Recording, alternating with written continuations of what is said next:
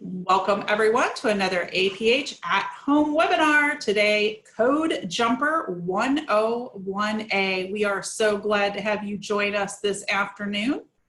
If you are also here for ACV REP credit, our opening code today is debug. Debug, and you send your opening and closing codes. You enter them into the form at our training page. There is also a poll available for you to tell you who you are and what type of role you play, as well as where you're from in the United States or elsewhere, and then how you heard about this webinar. We have a few places you might have heard about it. We do have some international guests with us. Welcome, welcome. And feel free to drop in the chat who you are and where you're from. Again, if you are also here for ACV REP credit, your opening code today is debug. D-E-B-U-G. We are glad to have you with us today. This is Code Jumper 101A. And you might have guessed, later on, we will eventually have a Code Jumper 101B. We are glad to have you with us today. Feel free to drop in the chat who you are and where you're from. We're so glad to have you with us, and there is a poll available as well. So I'll wait until we get a few more of those poll responses in and we can see who's with us today.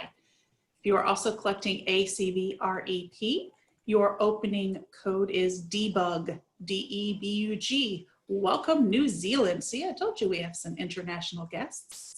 Welcome Lubbock, Texas. Glad to have you with us. I'm going to end the poll. It is okay if you weren't able to get to it, and share those results. 63% teachers of students with visual impairments. We have some orientation mobility instructors, assistive technology specialists, low vision specialists, and a chunk of other. Welcome, welcome. Where you are from, we have a smattering from around the United States, but we also have a territory, Canada, and other. Glad to have you. And thank you for letting us know how you heard about the webinar. Our email tends to be the highest amount, but we're glad other people share. Again, last time for the verbal code, the opening code for ACV REP is debug, D-E-B-U-G, and I am going to turn it over to Paul. Thank you, Leanne, and welcome in everybody for Code Jumper 101A. And as we get started here today, let's talk about what's going to happen during our time today. So we'll have our introductions and our objectives. We're going to explore the Code Jumper kit. So please ensure that your app's installed and your hub is ready to go and connected. We're going to review lessons 2, 5, and 6. They'll be really important as we get going. 1.5 ACV REP credits, as you've heard. Your questions and other interactions will go in the chat at the appropriate times. Our Code Jumper pricing. Now, please note, if you are not in the United States, you would want to contact HumanWare for sales. So the prices shown here are for the United States only. $999 is the non-quota price. This is, of course, a quota eligible product, and the price is $769 on quota.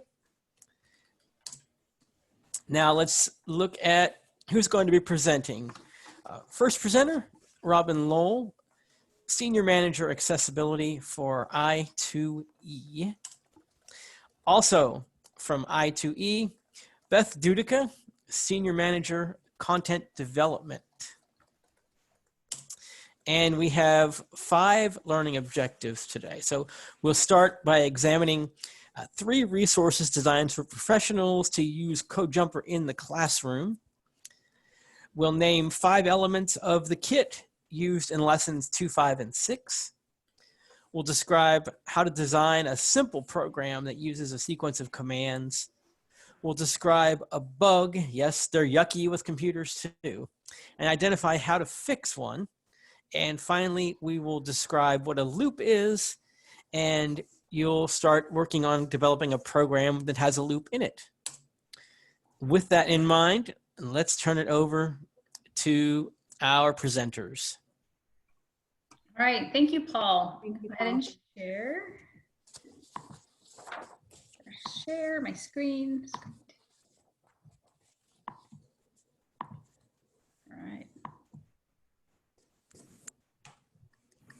Great. Okay. Well, welcome everybody to Code Jumper. A little bit about myself. My name is Robin Lowell, and I am Senior Manager Accessibility I2E, also a teacher of students with visual impairments. I've worked in all sorts of settings, residential, itinerant, classroom, and distance even at the Washington State School for the Blind, high school mathematics. I was part of the team that helped create the curriculum for Code Jumper.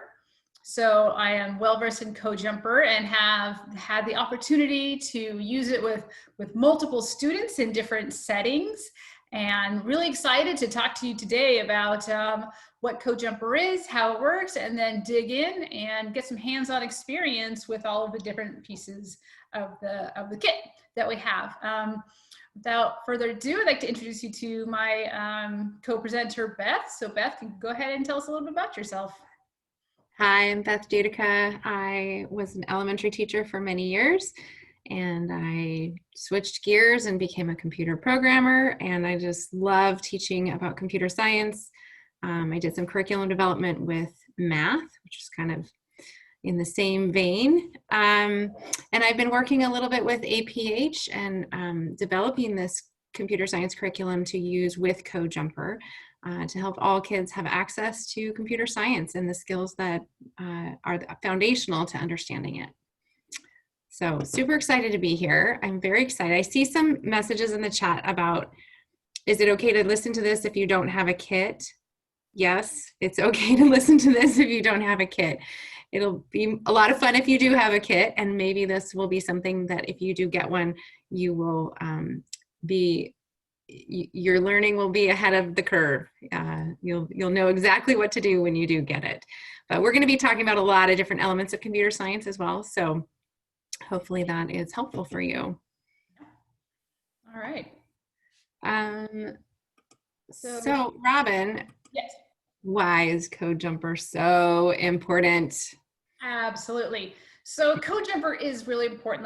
Let's unpack that a little bit. There are multiple beginning coding programs out there for our younger kids, and most, if not all, are block based. And what that means, it's on the computer and you're dragging and dropping blocks of code to make something happen. For example, like a kitty cat move on the screen, or a Pong type game. So for our students with visual impairments, it's really challenging because everything is flatly happening on the screen, so they can maybe hear what's going on, but they can't see what's going on. So the kids can help and participate in the like designing of it, to saying, oh yeah, we'd like our kitty to move up and then right and then down, but they don't get to see that output or the outcome. So it's really not a full experience, and it could possibly create the mindset that coding is not for me, and that's not necessarily true. So Code Jumper has come along and now is given all of our students the opportunity to have a really hands-on, tactile, auditory, and visual experience in computer science from the beginning, and which is really important. And that takes us to the yes, I can code. And that is one of the most important things, is that we need to be teaching every single one of our students from kindergarten on that coding is a possibility for everyone, that any child can code, and that Code Jumper really gives opportunities for students to realize that they can code and that it's something they can do. It's a lot harder to change the mindset of being able to code in middle school when they get to text coding. When they're all through elementary school, they can only do part of it. And so they get a mindset of I can't. It's really hard to change that mindset. And with the unemployment and underemployment rates of so many people with visual impairments, we need to open up as many doors as possible. And coding is a really great opportunity in computer science for people with a visual impairment to be able to find meaningful, gainful employment that they're really good at. So let's dig in a little bit about our curriculum. So Beth's going to kind of take us through really what the curriculum looks like for Code Jumper. Yeah, this curriculum starts at quite a young age. We've done a lot of this work with kindergarten students. And there's a lot here that conceptually students who are 5 can understand about computer science. Feeds back into the importance of it. We need all of our students, whether you have a visual impairment or not, whatever job they end up having in 20 years, computer science is going to be a part of it. So they need to understand these elements and these foundational concepts behind it. And particularly for students, as Robin just explained, who have a visual impairment, it's even more difficult. But this kind of, these elements are included in most other computer science curriculum. And this is a computer science curriculum that is utilizing Code Jumper as one of the ways to kind of reinforce those concepts. So if you start back at the very, very beginning, no matter what age your student is, understanding how computer systems work, sequence and algorithms, parameters, threads, debugging, loops and sequences, decomposition, that's all relatively primary. In this session, we are not going to get through all of those today. We're going to touch on the different elements of a lesson, which I'm going to show you in a moment. We're going to cover some of those in the primary area, but the full curriculum actually goes into some fairly advanced lessons. It covers constants, selection and conditions, selection and random, variables, counters, nested loops, networks, topologies, protocols, and binary numbers.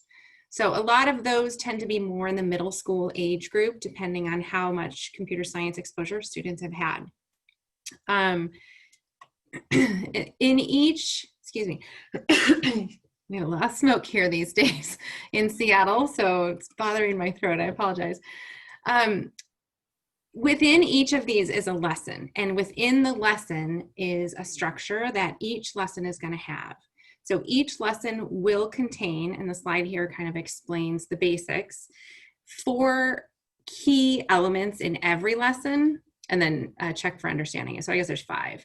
An unplugged activity, which students will be exposed to a concept not using a computer screen, not using Code Jumper. It's an activity that's done to help reinforce the concept.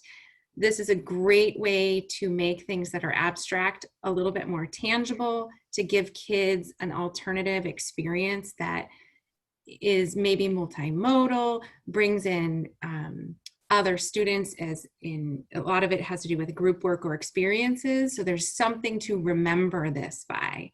Those unplugged activities are really important. We're going to start with one of those in a little bit, kind of walk you through how one of those would work. Each lesson then has a guided activity where students will, you as the teacher will walk the students through, giving a little bit of support and structure so that Code Jumper becomes something, first of all, they understand how it works. And then they also start to understand what the concept is, and they're given a little bit of guided practice there. The third option, or the third sort of sequence in each lesson, is an exploration activity where students are then taking that knowledge and applying it independently. Somehow, they might be building a program on their own. They'll have a little bit less support, but also a little bit more play, a little bit more experimental options. And then the last option is a check for understanding. We're going to walk through each of these in this session today so you can kind of see how each of those might look. Within each lesson, though, since we're not going to cover every single lesson, you should just be aware that outcomes are listed at the top of each lesson. Key vocabulary is in there, and you as an instructor to become aware of those vocabulary pieces probably before you teach the lesson. But even if you're doing it side by side with your students, it's written in a way that you can just onboard very quickly. We know that some of you have never, ever touched computer science, and this might be very, very intimidating. And we have written this in a way that you do not have to know everything about computer science, to be able to walk through these lessons, even if you're side by side with your student. Ideally, you'd go through it ahead of time on your own, just to be a little bit more prepared. But if you're learning it with your student and you're going together through it, you'll do just fine. And so I'm saying that because all of these resources are in each lesson to try to help support you no matter where you are on that sort of spectrum of understanding computer science. Each lesson also has resources and sometimes some videos to help reinforce how CodeJumper works or a piece of it. There's an objective for every lesson. All of the materials are listed. There's step-by-step instruction for each activity. And there's usually some suggestions for how you could modify it as well. Modify it for a student who is exceeding your expectations, or maybe also not quite getting the point or the topic that they're supposed to, concept that they're supposed to be able to understand. And then at the end, there's some closure for each lesson. There's an element in each lesson that we put a lot of thought into, and that is the computer science journal. There's one piece that is not included in this package, but that's kind of on purpose because we want it to be personalized for you and your students. So Robin, can you tell us a little bit about the computer science journal? Absolutely. So the computer science journal is actually one of my favorite parts of this because seeing in action what it can do. So to start with, we have on the screen a picture of a student who is a large print user and is writing in his computer science journal about his learning for that day. So when you take CodeJumper apart, when you take a program apart, there's no way to retain it. It doesn't save the program. So you have to come up with other ways to be able to record the work that students have done around the lesson. And the unplugged lessons, you can use the computer science journal, not only in the unplugged, but the rest of them. So what are some ways that we can really, record that information and the work that the students have done to either recreate it later on or just use it for an assessment tool? Take a picture of the program that they've created, and then you can import it wherever you want to. In the journal or into their journal, when that can be a paper journal, like the student is writing on bold line paper and write all their information there based on questions that they have to answer, write it in a computer document, put it in your Braille note. And so we wanted to really think about this computer science journal as a really personal journal to make sure you can have the information in the format that you really need. So we didn't put a bunch of templates in the curriculum for that reason. We can even create a drawing and put it in there. The computer science journal is really embedded throughout the curriculum. So they have this running narrative of everything that they have done in them with CodeJumper. But, and we've also seen, and it's also great, beyond just CodeJumper, taking in other things they're doing around computer science as well. So you get this holistic computer science journal adventure, if you will. So I mentioned this is a good way to kind of assess how students are doing in CodeJumper and understanding. So Beth's gonna tell us a little bit more about assessment and what that looks like for CodeJumper.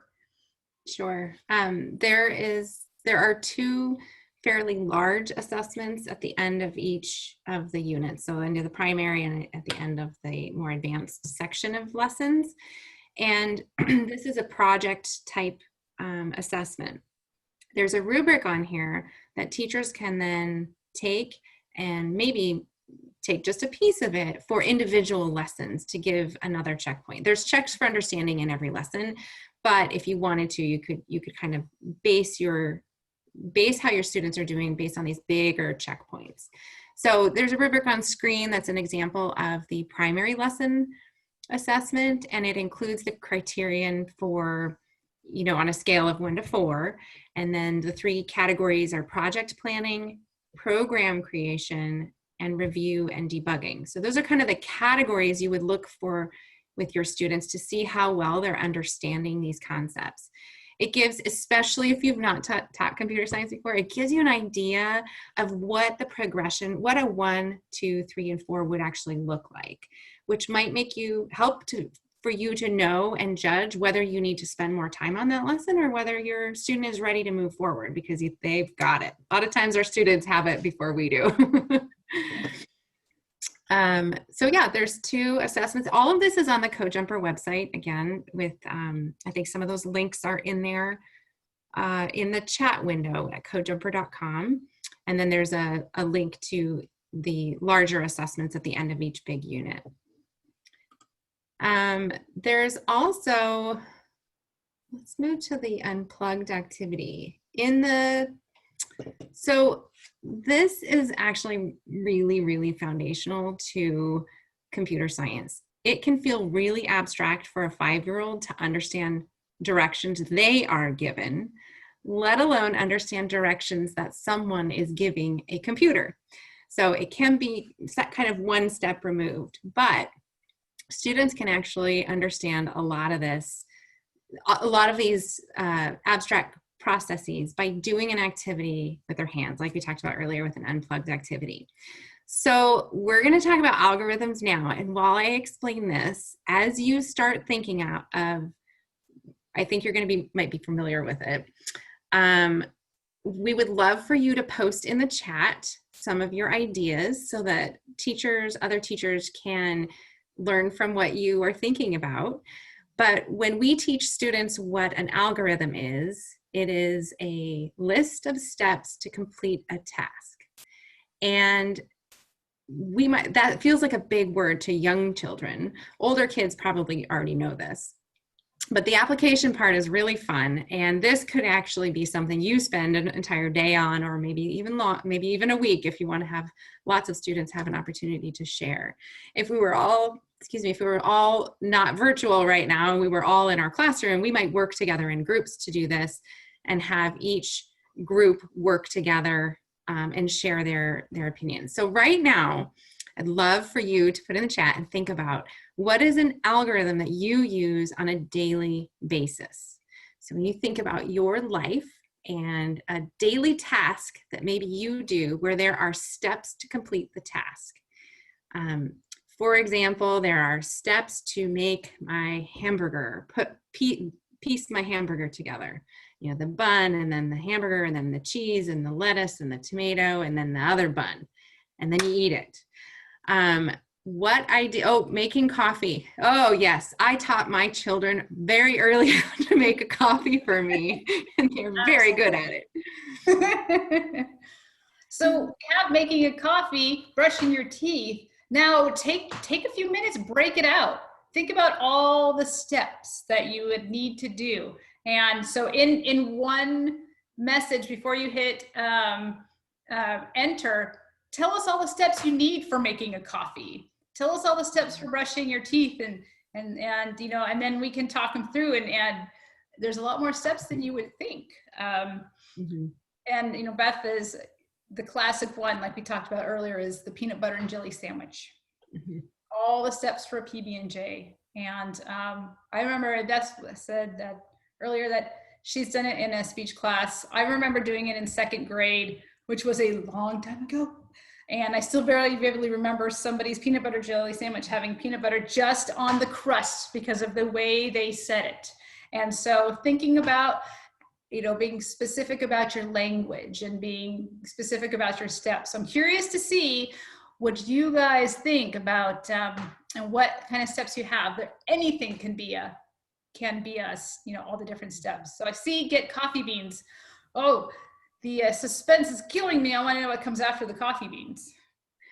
Robin, if you remember doing this from 2nd grade, that was a pretty powerful memory. And a lot of these unplugged activities, not only are they fun, but you have an emotional experience with it because it was fun, but you also probably will remember if you learned that that's what an algorithm is, you might be able to really apply that when you're stuck later with these, some code, or you're trying to debug something and your teacher says, well, let's see, what's the algorithm telling you?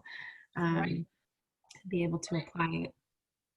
Yeah. Oh, now, so get coffee beans. If you're starting with beans, you'll need to get your grinder too. Good, because last time I checked, whole beans don't work very well in making coffee. I think it's a little bit weak. So you have to do the grinding. Yes. Very good. Yeah, and it's interesting too, is those opportunities in the unplugged to be really engaged with your peers, and the social aspect of it is really important, and connecting with your teacher and seeing like it can be a really positive experience for kids to, you know, and can be scary to write their thoughts down on paper and then have somebody else do that. And, you know, that's an opportunity of that social emotional learning in there to connect all those pieces together. Again, I had to stop you. Oh, sorry. Go ahead. I like that. I'm totally with you, Paul. That's exactly what I taught my children. Just K-cup, fewer steps. You are correct. But see, and that's part of it. That's that workaround. You can go through all the steps and go, oh, there's an easier way to do this. That's not problem solving, and you know, all that thinking of how it's like how to build the better, whatever it is. Yeah. Well, and actually in coding, a lot of times the first time that you create your code, it does have, let's say, 20 steps or something, not necessarily in CodeJumper, but in block coding or real coding. And then you might realize later, oh, there's a simpler way to do that. Mm-hmm. And so that's actually a wonderful conversation point. If your student comes up with 35 steps to put their code on, that's amazing, because they probably have enough detail that their robot or their other person who's solving it is going to figure it out. Mm-hmm. But if there was a shortcut, you know, that's where they just get so excited when they realize, oh, what a loop is, because they can repeat. So you jumped way ahead, Paul. Nice work. To the end of our presentation with loops. So we'll go back to the K-cup later on in our presentation. Let's see, I guess the app is just for the computer and not on an iPad. Correct, it is not on an iPad, but you can use it on any Windows 10 device. And actually, and yeah, let's just on a Windows 10 device. Yeah, okay, and Amy, is that the link to the to the app? Yes, I believe so. Okay. Thank you. Yes, thank you. All right, so we kind of get what that idea is of the steps and going through it, and I'm not sure if there's any plans at this point to go iOS. Everything still is just Windows 10 at this point. All right, so now let's talk about CodeJumper itself. So we've experienced what an algorithm is, and now let's see how we can apply it to CodeJumper. So first, let's go through all the pieces and parts of CodeJumper itself. I am changing from my PowerPoint to a document camera, and below the document camera are all of my CodeJumper parts with a split screen showing my app. And so let's start out with the starting point of CodeJumper, and that is the hub. So the hub is the biggest piece in the CodeJumper kit, the biggest, the heaviest. That has the speaker on it on the top.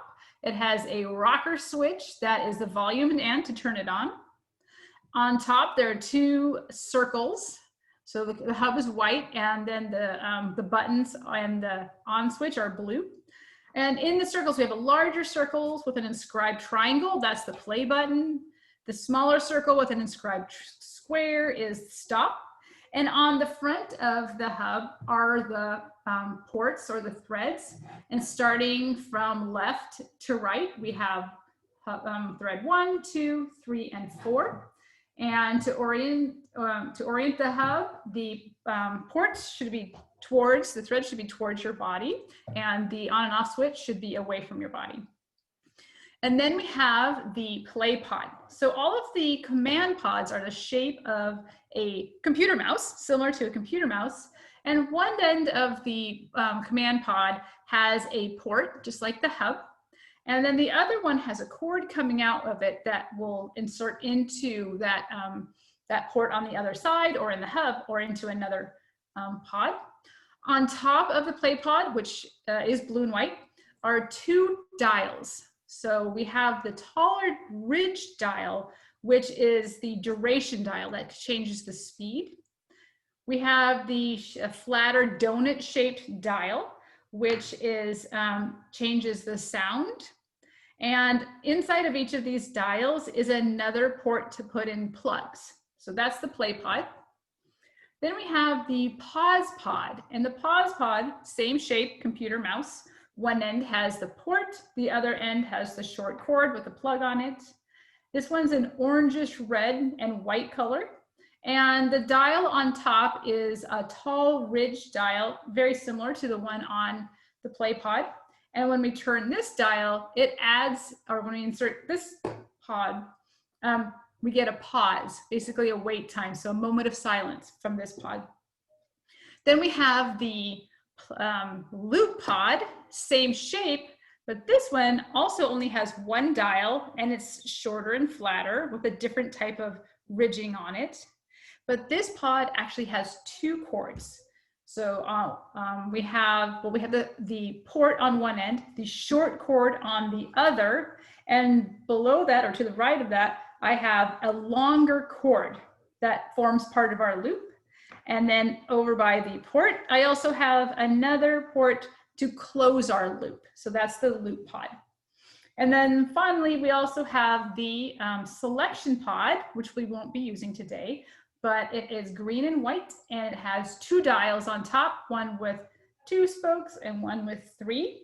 This has 1 cord coming out of it and 2 ports to make the selection pod, and then the merge pod that goes with it to bring your program back together.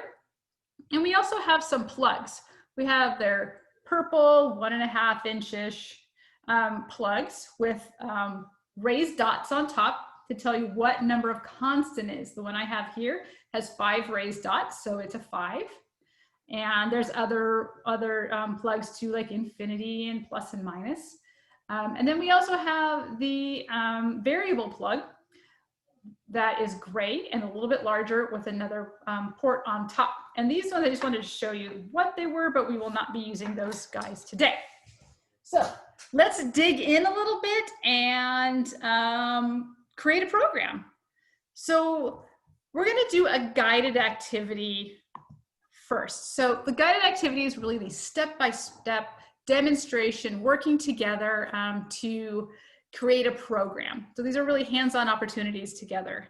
And we have a picture on the slide. It's actually me working with some students, and we have created a sequence. So we think we have like 6 play pods connected together to the hub to make a sequence.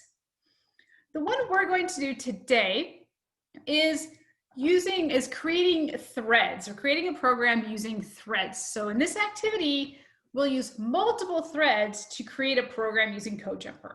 That's what we're going to do. So our objective is introduce the pause pod, creating a simple program using 2 threads, creating a program and then transferring it to CodeJumper. And then let's talk about the vocabulary. So what is a thread to begin with? And it's something that you can sew clothes with, but there's also other meanings. So a thread is one set of commands or tasks that can be carried out at the same time as another set of commands. And we talked about the ports on the hub, and each one of those can be a different thread.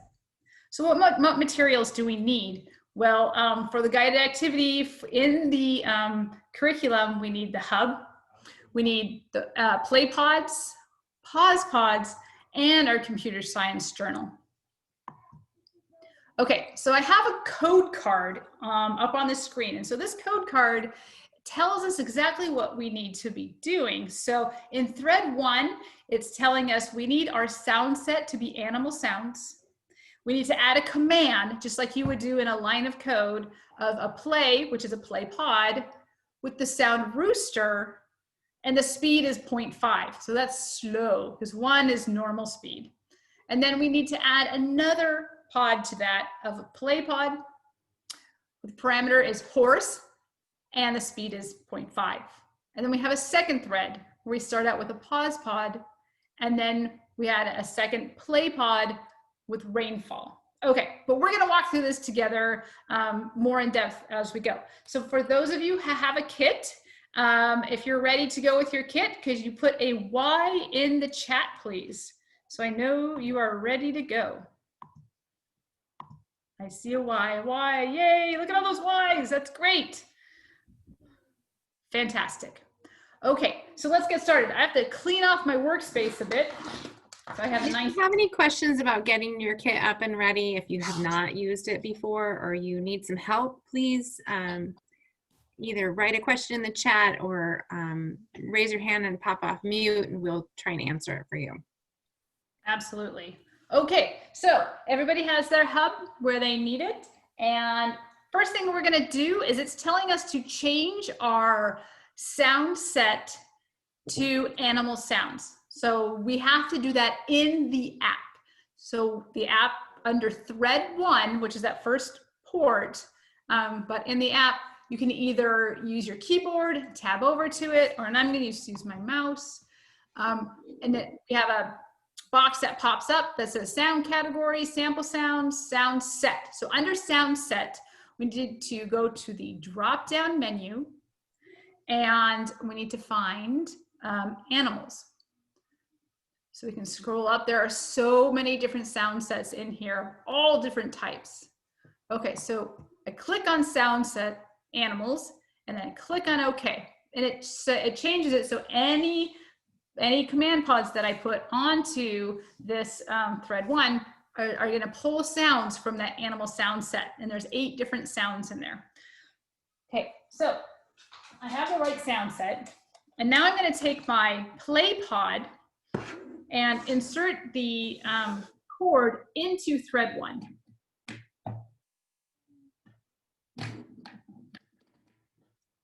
There we go. Okay, so you heard that click. And, okay, we'll answer that just in a moment. So when you add that play pod into the hub, you then hear a click and that you know that it's connected. And on the app, it'll show a line of code that says that you've connected it. So we have a question in here. So it says, to get started, we download the app. How do we connect the app to CodeJumper? Do we need batteries? Yes, and the back of the hub, open it up and there's a little screw. Open it up and add in 4 AA batteries in there. And then you need to add, it's adding a Bluetooth device. So once the batteries are in, you can connect and find the Bluetooth device. All right. Okay. So I've added 1 line of code.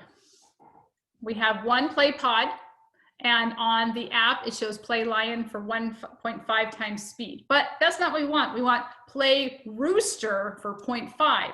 So on the pod, the flat dial, I turn until I hear a rooster sound. Nope. Nope. Nope. Nope. Definitely not. There we go. Rooster. Okay, that rooster sounds a little too energetic for me. So we need to turn him down. We need to tone him down a little bit. So I'm going to turn the other dial till we get 0.5. And so remember, 1 is average speed. Oh, that's even faster. All right, that's more my speed right now. We have a rooster who is a little tired this morning. Okay, so now it says in that same thread, add in a command pod for play with a parameter, the sound is horse. So I connect it. So Robin, when you connect sorry. Oh my gosh. This is a I love it. Robin, when you connected your hub, you had to tell the computer whether you wanted the sound to come through your computer or the sound to come through the hub. And there's some messaging in the chat about Zoom. Our voices are now coming through their hub because, and that's to be expected. Those of you that are trying to figure this out, you could also change it so that it comes through your computer, but then you will hear all of the Code Jumper sounds through the computer. When you're in a classroom, sometimes that's nice because maybe you want the app to, maybe you want the kids to be in a different space, or they're too far away from the computer, or the computer's in the computer lab, or, you know, there could be other reasons why, but all the sounds will come from that. If you want to use headphones with Code Jumper, then you need to have your sound coming through the computer. But basically, the hub is a Bluetooth speaker. So that's why it's taking all the sound from there. Thank you, Vernon, for putting on there. That was the next step. So in the chat, Vernon wrote, on your computer, open the audio settings and change the desired playback device. Windows, click the volume icon in the task tray to access these settings. Absolutely. So that way it's the easiest way to change it. Yes. Because it's a little unnerving having everything come from the hub sometimes. And then another comment, my dog is wondering what the heck is going on. I know, right? Like, when did we get to a farm? My dog is sitting outside the door wondering the same thing, and she's heard this 100 times. So yes, it just makes it all that more exciting. All right, so now we're just going back to what we have. If you still have more questions, it's okay. We're gonna have more of these to do. So if you don't catch up on this one, not a problem. We have more to do and we can help out. So we have thread 1 with 2 sounds. And what's nice is you can see it as a thread. It comes right out. Our code card said thread 2, which is the second one from the left, add in a pause pod, which is the one with the 1 dial. And I'm gonna insert that and plug it in. Okay, I heard that, and it says for the parameter or the speed is 1 beat. Okay. Half a beat, 1 beat. Turned it to 1 beat. Great. And now the last one says a play pod. So I need to get another play pod. And this one. Oops. Okay, this says rainfall. So we need to make sure that our sound set is on the proper sound set. So this says thread 2 is nature. So I go up and check, and mine happens to be on nature, but if yours is not, be sure to go up and change your sound set so it's nature. I think Beth mentioned earlier that we are in the Seattle area and it's so smoky here. So we're all really hoping for rain. So the sound we're gonna do is rainfall, because boy, could we use it. So I'm gonna change the sound dial on my second play pod on thread 2 until we hear rain. Oh, we need more rain than that. 1 splash. Waves.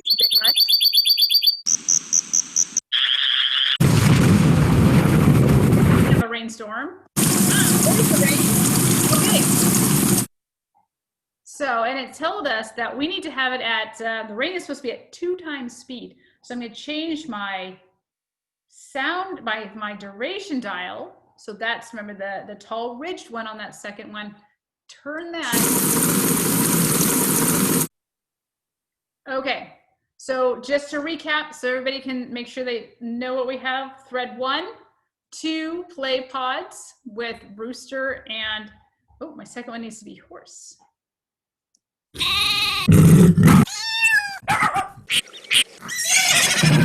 Okay, and that one's supposed to be that also is a tired horse. Thread 2, we have a pause and a rainfall. Okay, that's what we're going for. So now if I press play, let's see what happens.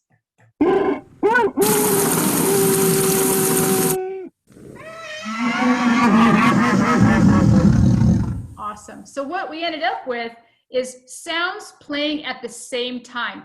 2 tasks happening at the same time, which happens a lot in coding. Obviously, if you look at this meeting we're on right now, there are hundreds, I don't know, probably millions of threads of code just going all the time. It's not just one thread. That would be a very long thread. So all this stuff is happening all at the same time. So here we have two lines of code. All right, so how did y'all do with your code? Do you have any questions or concerns about getting your code all built? So if you have any, just throw those in the chat and we'll keep talking about them. And next, let's reflect a little bit.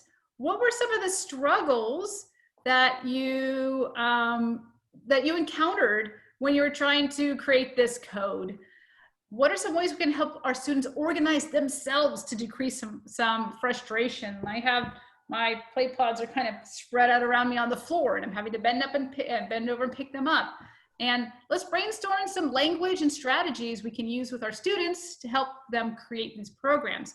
So in the chat, maybe think of some ideas or put some of your struggles or struggles you could see happening with your kids, some organization. So go ahead and just throw your ideas in the chat and we can talk a little bit about that. And Pam says this may be a little addicting. It is very fun. I was playing with a friend of mine who's a 46-year-old coder at Microsoft, and I was having to pull it out of his hands because he's like, no, this is really fun. I want to keep doing it. Yeah, it's really fun. These guided activities are a great opportunity, though, to give just a little extra scaffolding for students so that they kind of see what some of these options are. Up until this lesson, this is lesson 4, right? Yeah. Up until this lesson, they haven't played with 2 threads. And so, you know, guiding them through this, but then giving them a chance to play with it will one, maybe feed a little bit of addiction, but also inspire a little bit of creativity as well. You need to keep the materials in the box to help with organization and accessing the materials. Yes, that can be true. Sometimes it ends up all over the floor or the table. So limiting the number of pods that you give a student, depending on the activity, might actually be helpful. Some teachers like to actually hide the kit and only pull out the pieces that are needed. Other teachers, if you have enough space. But yeah, teaching the students how to put it in and out is something that might be helpful. Let's see. Does it work with JAWS? Yes, it does. Absolutely. Yeah. Yes, it does. Yeah. And Vernon said, just had to be sure I had the volume up on my hub and and the devices are coming through the same speakers. Got a little noisy here. Oh yeah, that would be. Yes, it does. And having, I think the most kits we've used in one space is 6, I think.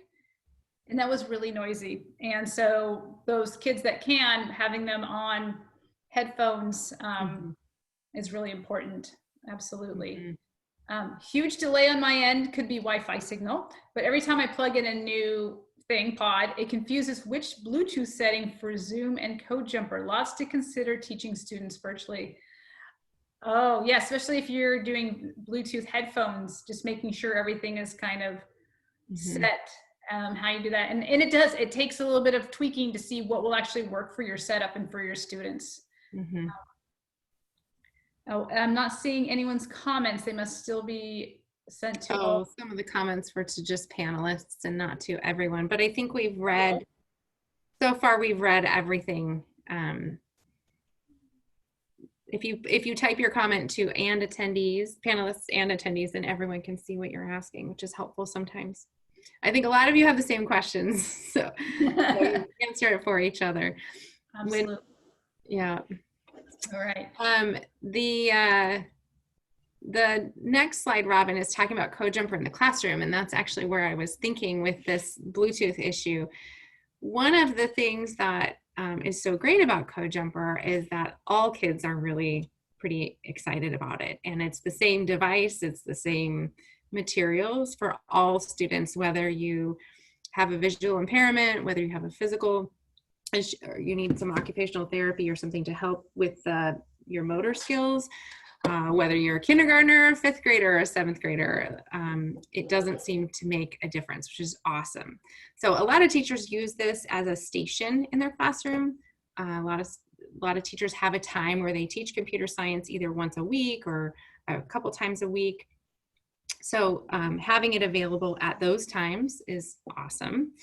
Sometimes if, depending on the situation that you're in, if you happen to be in person, kudos, it can get noisy. And because students are using their ears to hear the difference between even a rooster and a pig sound, if it's really noisy in the background, you do have to think carefully. So it is something to consider, making sure that they can hear it clearly, even in a noisy room, or maybe you need to separate, you know, your room a little bit and give them some space, or have, if you had half your class reading silently and the other half working on Code Jumper, there's going to be some distractions. So it's just something to consider, just like you do with all your other teaching materials, for sure. Too many Bluetooth at one time can sometimes get confusing, especially when you're allowing kids to try and pick and choose which Bluetooth device they're talking to. Mm-hmm. Let's see. This works as a side-by-side with experience with other block-based coding options. So if you're using Scratch, or you're using BBots, or you're using other code.org, there's a wonderful hour of code. You know, a lot of teachers bring in all of these little elements about the same concept. So this curriculum is divided out by concepts that are similar to what's covered in those other organizations and other programs like BBot. You could also pull out and do it in small groups, which makes sound not an issue, or part of a rotation.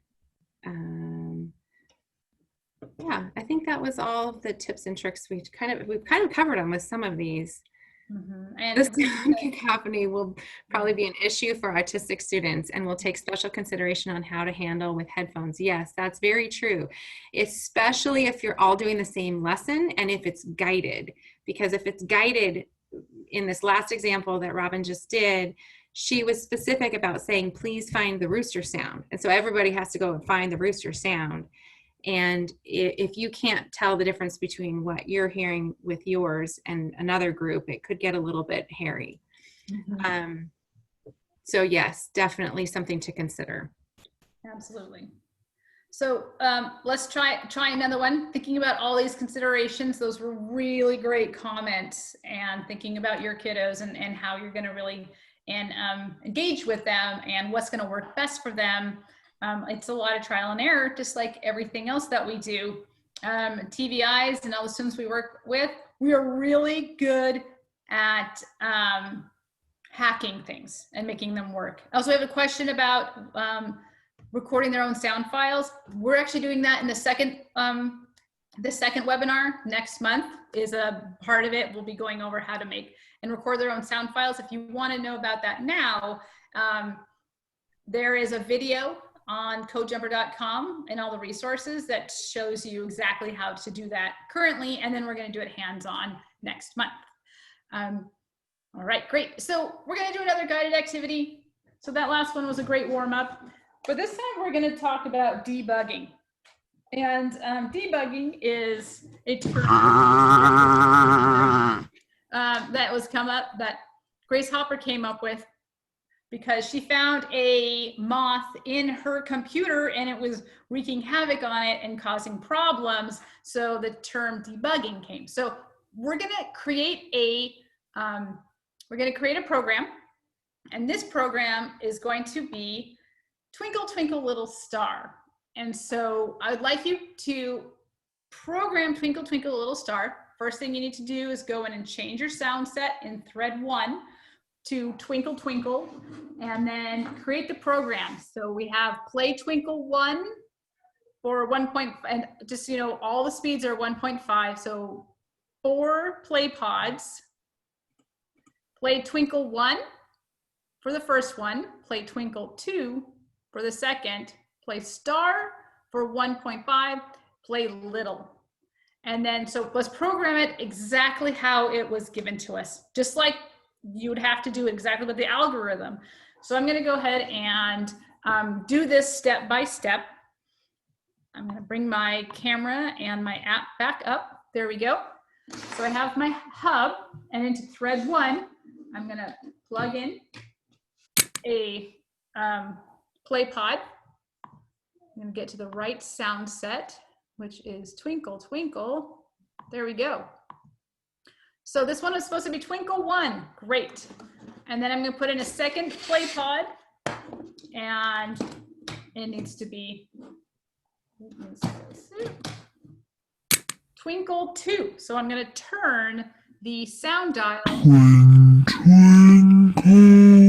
Okay. Twinkle, twinkle, I'm turning it to 1.5. twinkle, twinkle. Third play pod that we're attaching was star. So I'm going to turn the sound dial. Star, star. Okay. So now I have Twinkle 1, Twinkle 2, star, and then my fourth one should be little. Okay. So now we have 4 play pods, Twinkle 1, Twinkle 2, star, little. So I'm going to push play. Twinkle, twinkle, star, little. Okay, so for those of you who have built it, does everybody have this created, or do you need a few more minutes? So if you are good and ready to go, put a Y in the chat. Oh, I hear, oh, Eric has a Y. There's a couple of questions in the chat about recording your own sound files. Everything right now for CodeJumper is through a Windows 10 device. You could record sound files on another device. You just need to be able to import them into the app somehow. Yeah. I'm hoping that answers your question. If it doesn't, let me know. Okay, I have a bunch of Y's, which means we have a lot. Okay, so for those of you who know Twinkle, Twinkle, Little Star, do we have an error in this? And if you know where the error is, you can type it into the chat. I usually make my kiddos sing Twinkle, Twinkle first before we do this. I will spare you, especially having to hear me sing. Okay, we have a star and little switched. Yes, okay. This seems like a simple fix, but that is really the intention, is that you know, you have a simple program and you're focusing on the error and how do I fix the error. So we need to go and fix our error, and that's what's called debugging, is going through, and they computer scientists go through their code. They can even go through line by line and see where the errors are. So I'm going to run through one more time, because we know there's an error, but which pod is it? So when a computer science is going through each one, they have to determine which line of code. So we call it tracing the code. So when I press play, I'm going to put my hand on each play pod as it plays the sound, so I know where my error is. So I'm going to play it one more time. Twinkle, twinkle, star, little. Okay, we know that star and little are incorrect. 2 ways to fix this. We could either unplug our pods and replug them in the correct order, or we can just turn our sound dial to correct it and go to star. And that's what I'm going to do. So on play pod number 3, the third one we put in, I'm going to turn it until it goes to little. You're going to turn the sound dial. Yes, turn the sound dial. So then on the fourth one, I'm going to turn the sound dial until it says star. Twinkle, twinkle, star. Okay, so I'm going to play it again, tracing the code, touching each pod as I hear that line of code. Twinkle, twinkle, little star. All right, we just programmed Twinkle, Twinkle, Little Star. So nice job, everybody. How'd you guys do? Were you able to make the change and fix the bug? So go ahead and throw a Y in the chat. All right. Woohoo, all good. Fantastic. Excellent. Okay. And I hope this just is a clue too, that this can be done at a much more extensive way if you had older students and you were trying to teach some simplistic concepts and then let them take it to the next level. These are just ideas to get you going. Yeah, and you know, one really important thing is like middle schooler who's using Python or another text-based coding, you know, a lot of kids, the loop concept is just mind-boggling, or other concepts are just mind-boggling. Even if they've gone to text-based coding, bringing them back to CodeJumper and actually having a physical hands-on experience with CodeJumper for those specific tasks that they need to do to kind of like make those connections is really fantastic. Because a loop in text-based coding, when you're listening to it with a screen reader, can be awfully overwhelming. There's a lot of parentheses happening in there. So coming back to CodeJumper and actually seeing it is a really great way to give kids that concrete hands-on experience to make those connections in those light bulb moments. Okay, so now we started to talk about this teeny tiny bit in the chat, thinking about CodeJumper from a distance. And yes, it can be done. So I am sitting here, I'm doing it. I have a document camera, so those who can see it have access to that and can see the app. Really, it brings an opportunity for hands-on learning in a remote setting. And there's a few different ways we can do that.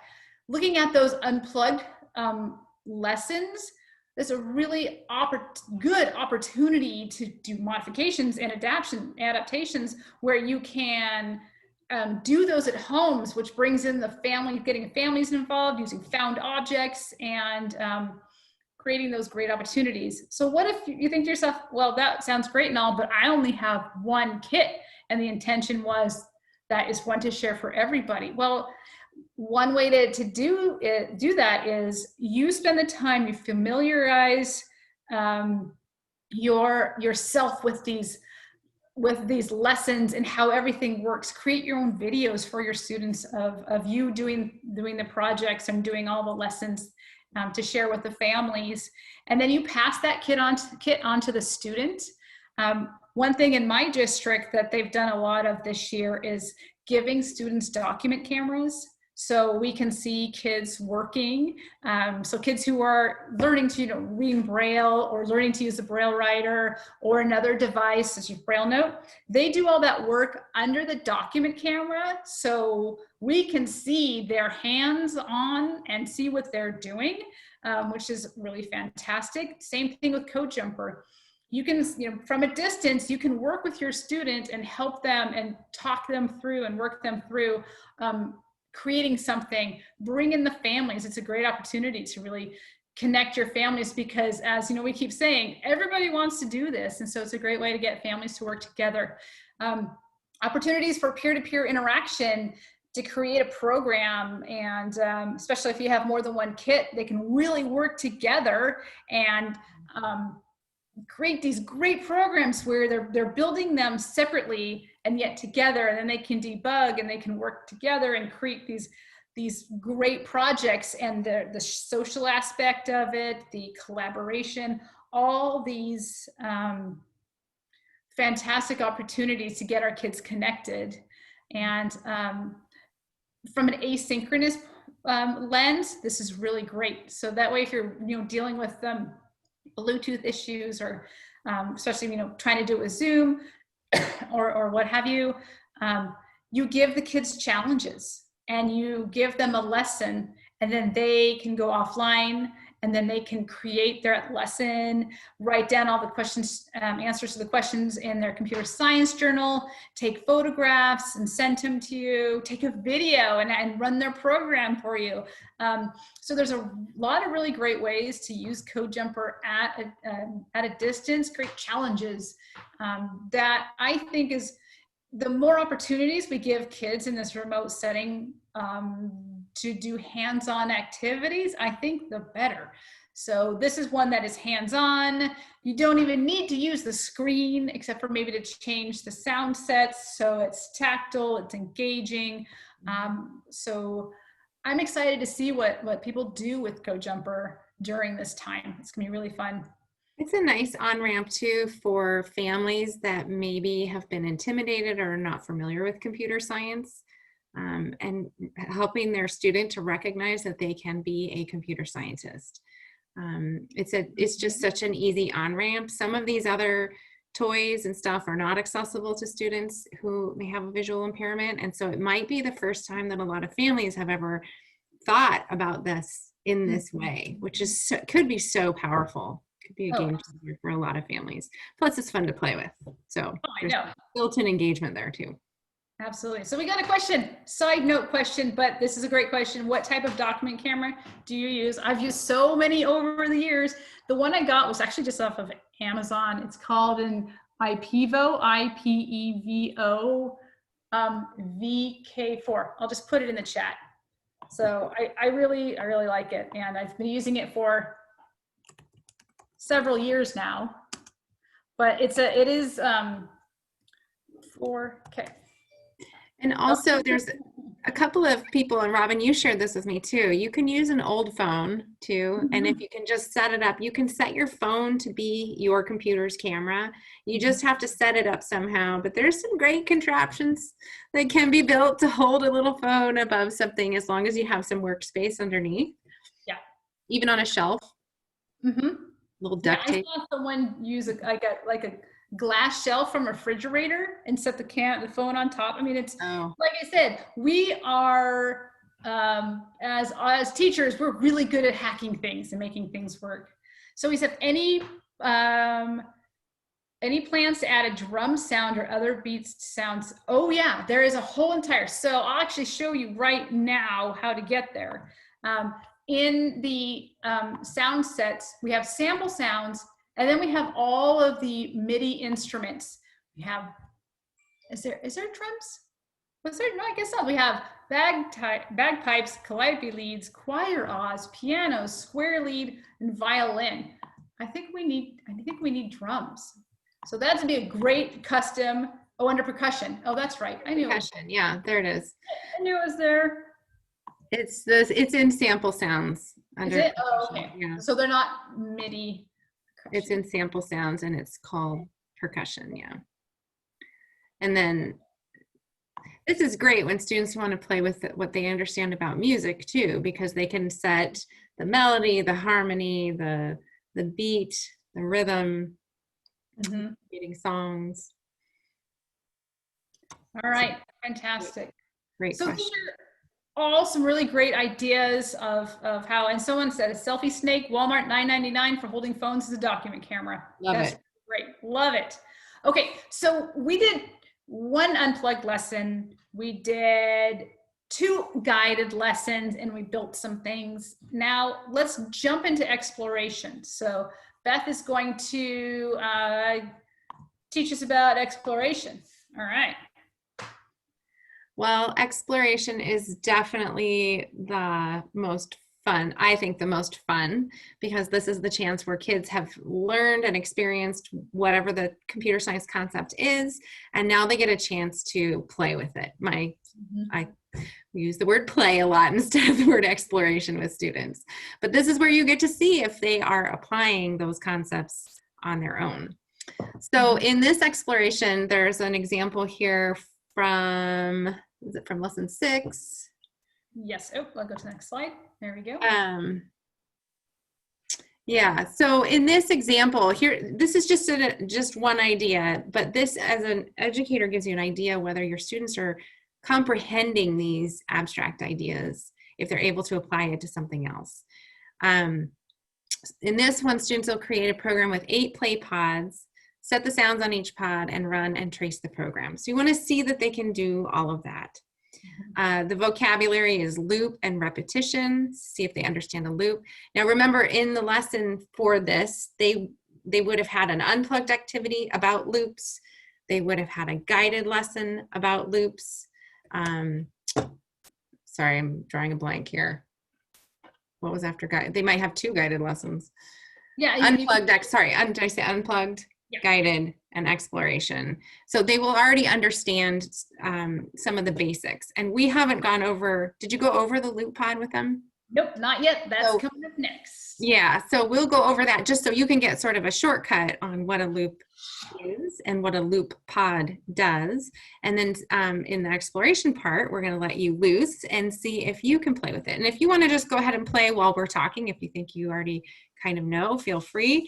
Keep putting your questions in the chat as well. All right. So in this one, let's see. Oh, do you want to talk about the? No, I think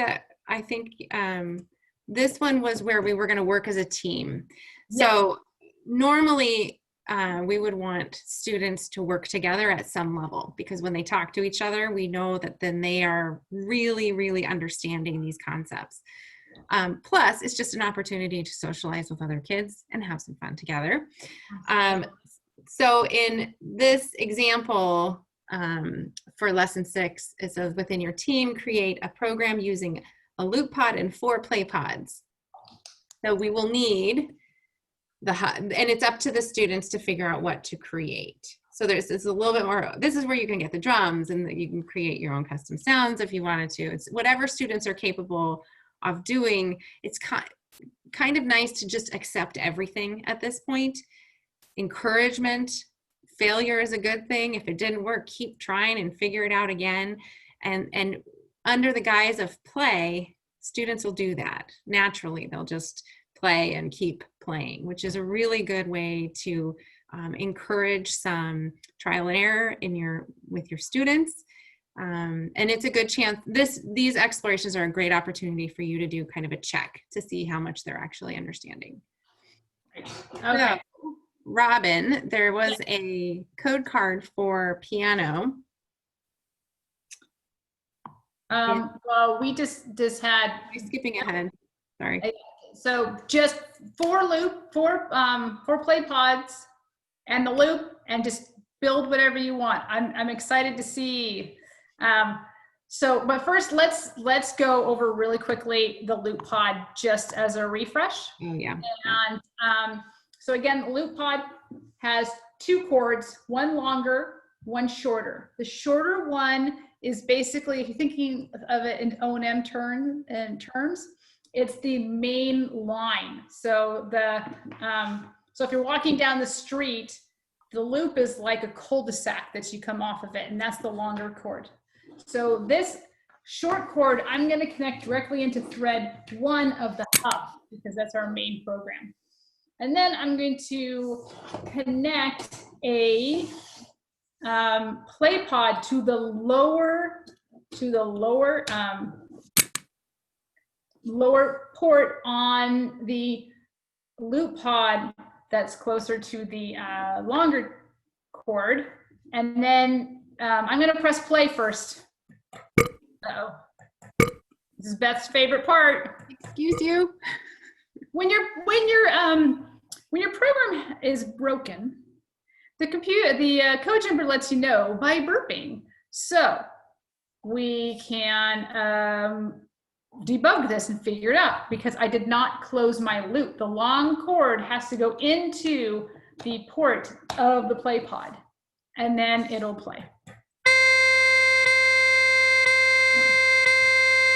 Okay, so we had a sound that was bagpipes, and the dial on top of the loop, turn that 5, 6, 7, 8, 1. It tells you how many times you're going to loop the program, how many times you want whatever's inside of that loop to play. So this is a fantastic place to throw in percussion and then do another thread with more with different sounds. And so yeah, so I would actually like to give everybody a few minutes to build a loop. And this is, the idea of working with a buddy. So Beth, you and I are going to create something.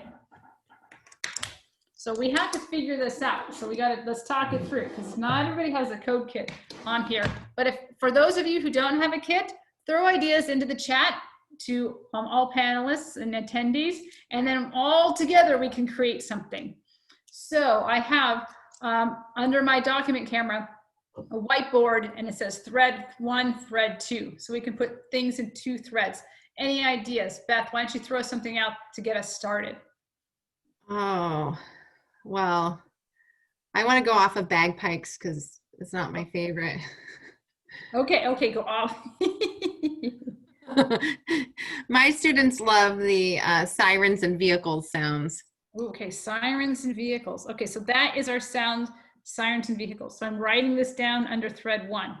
Okay, so I need to change our sound set from MIDI instruments to sample sounds to sirens and vehicles. Oh yeah. See, goes well. All right, With so just I'm about gonna, anything. and how many pods do we want inside of our loop? We have between 1 and 4. Maybe 2. What do you think? Sure. Okay, let's do 2. So I have the one play pod plugged in, and it's plugged into the long cord. So I'm going to connect another play pod to it, that play pod, and now I'm going to connect it back and put the loop all together, finish the loop by plugging it into the port on the bottom of the loop pod. Okay, we heard the click, so we know it's working. So we need to decide. So our choices are fire truck, motorcycle, police van, ambulance, car horn. What do you think? Oh, I like the car horn. And there's a car speeding away. That's kind of fun. I like that one. That's like a story. Let's do the car horn and then the car speeding away. Okay.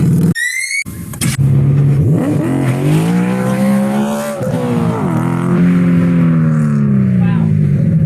It's long. It's great. That is long.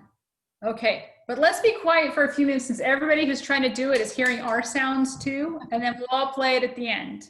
Yeah. So, but how many loops do we want to go? 2 or 3? Let's do 3. Let's do 2. Just 2. Okay, so I'm And gonna I would double the speed on all of them. Yeah, okay, I'll double the speed. So I'm going to turn the duration dial on each of the play pods until it says 2.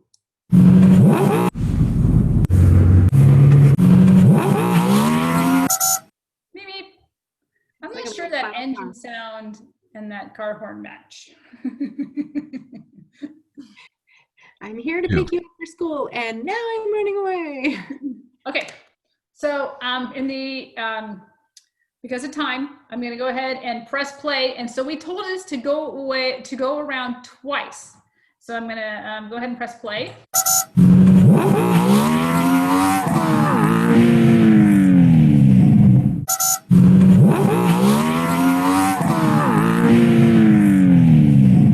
And what I love about this is, you know, the kids can create a story around there. I'm like, okay, so this guy, every time he gets to a stop sign, honks his horn and then drives away really fast because that's stop sign number 1 and then stop sign number 2.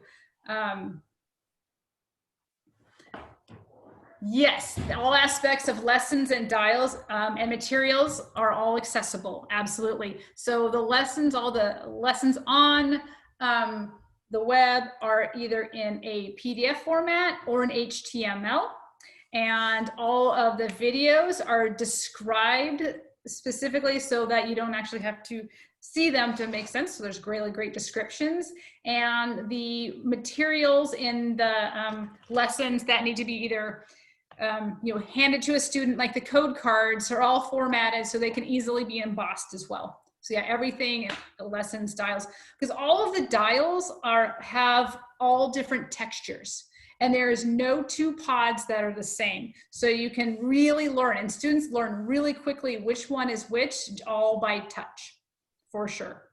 Mm-hmm. Yes. So how did everybody's loops go? Were you all able to create one? So if you did, yes in the chat. Robin, your loop got a little giggle from the children in the background at my house. Ooh, nice. Ooh, we have a duet going. 2 threads. Oh my gosh, you guys are advanced. Very good. I bet a duet would be awesome. Did anybody accidentally make a burp sound? Oh, they're too good for that. They know what they're doing. I said advanced. Oh, burped the first time. Yep. Awesome. Awesome, awesome. Okay, let's move on a little bit, and you can give them an exploration code card. We have one up on the screen, and the code cards are set up with the opening thread. They're all in, each one's in a line, so thread 3 piano, and then the next line down is loop 3 times, and those are all indented, so you know that you're going, you know, from, okay, opening thread, indented to loop, and inside my loop are play, these 4 play pods, and then you end your loop. So it's really easy to tell visually and tactily how a code card would be set up. So, which is really nice. Okay, so let's just kind of wrap things up. What resources are available to help me get started? Like we keep saying, codejumper.com is great. And also on the Educator Network, Microsoft's Educator Network, education.microsoft.com, there is an hour-long course just on CodeJumper. It goes through each of the different pods and the hub and the lessons. So it's a good place to go. And Beth is narrating all of it. And it is really fantastic to kind of get started. What are some other coding resources? So this is great, but if you want to dig in deeper, there's code.org, k12.cs.org, csteachers.org, and CS for All. So those are all really great resources to go, and these organizations that are all about, yes. I was just thinking the same thing. So we have code.org. I'll just put them in the chat.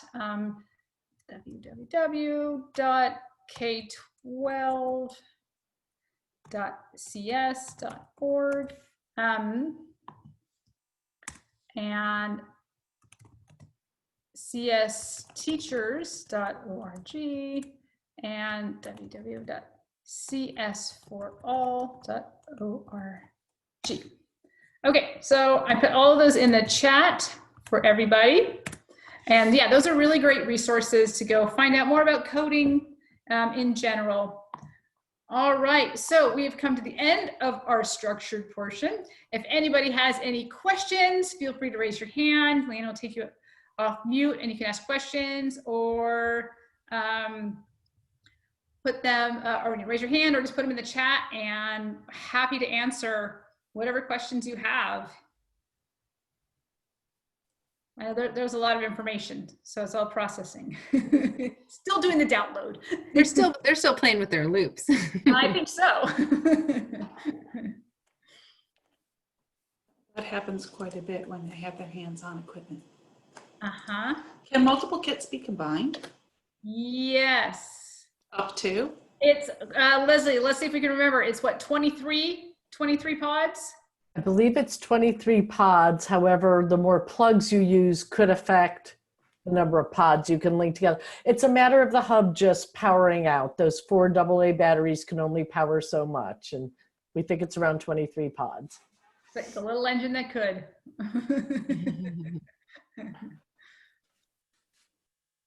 Wait and see if I see anything else come in.